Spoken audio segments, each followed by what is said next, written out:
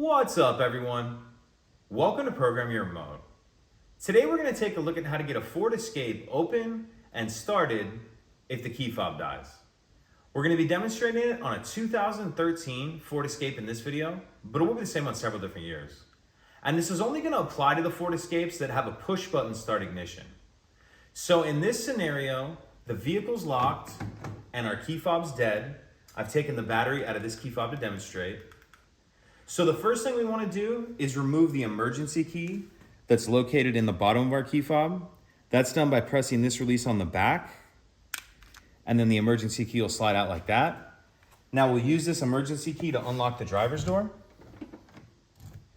And after you unlock it, it's a good time to go ahead and throw the key back in the fob just so we don't lose it.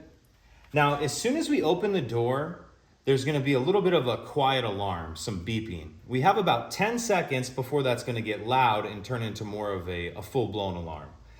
How we're going to prevent or shut that alarm off is we're going to get in and start the vehicle. How we're going to start the vehicle with a dead key fob is we're going to get in and we're going to hold the fob to the right-hand side of the steering column. I'm going to show all this to you. I'm just going to be going kind of quickly. So let's go ahead and get into it.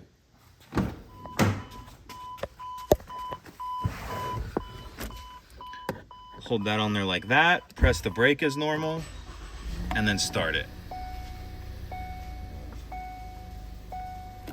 So I know it's going kind of quickly there, just want to go over.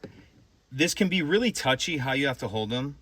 Some vehicles you might have to have your fob up like that on the side. As you saw with this one, it needed to be more like this. But that's where you want it, on that key icon right there. If you have any other questions, please let me know. If you could take a second to like and subscribe, it helps us out, and I'd appreciate it. Thank you.